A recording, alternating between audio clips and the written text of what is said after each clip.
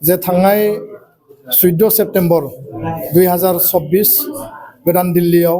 भारतनि होम सेक्रेटारि गोविंद मोहन बिथांनि चेयारमेनशिपआव बर' पीस एकर्ड बिटिआर एग्रीमेंटनि सायाव रिभिउ मिटिं जादोंमोन ट्राइपार्टाइट आरो 21 सेप्टेम्बर 2024 आसामनि गिबि मन्थ्रि डक्टर हिमन्त बिश्व शर्मानि मासि लानायाव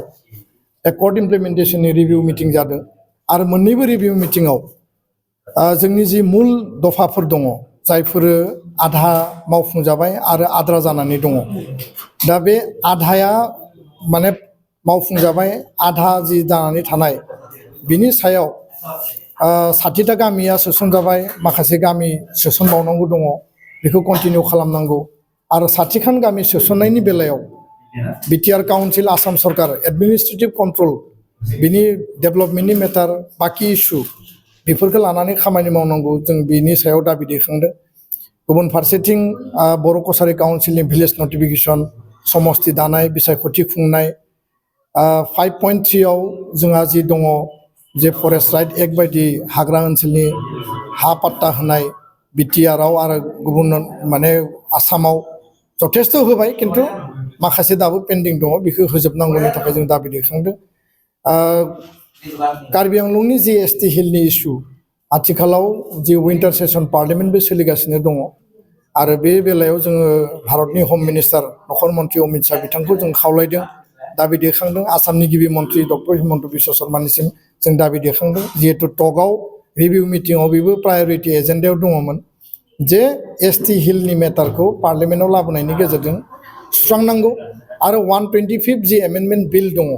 बेखौ लाबोनायनि गेजेरजों बिटिआर एकर्डनि जि मेजर क्लज बेखौ मावफुंनांगौ बेनि उनाव स्कुल प्रभिन्सियेलाइजेसन थाबाय 10टा कलेजखौ खालामनाय जाबाय बाकी हायर सेकेन्डारि कलेज दंबावो एलपि एमइ हाई स्कुल दङ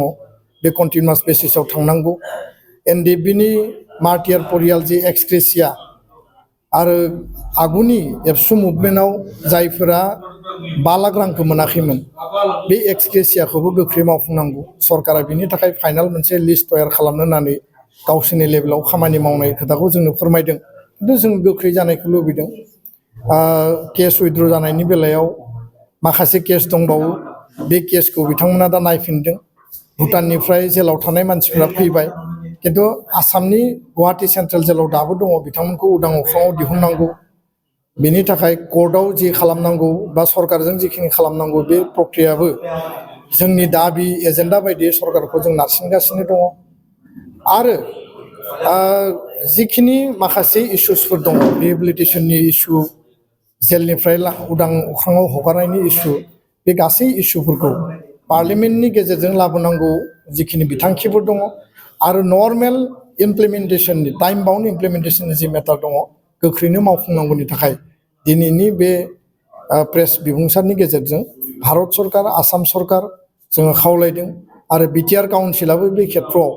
जाहाथे सरकारजों कोअर्डिनेशन खालामनानै स्पिडि इमप्लिमेन्टेशननि थाखाय हाबा मावो जोङो बेखौ दाबि दैखांबाय आरो खावलायबाय गोजोन्थों।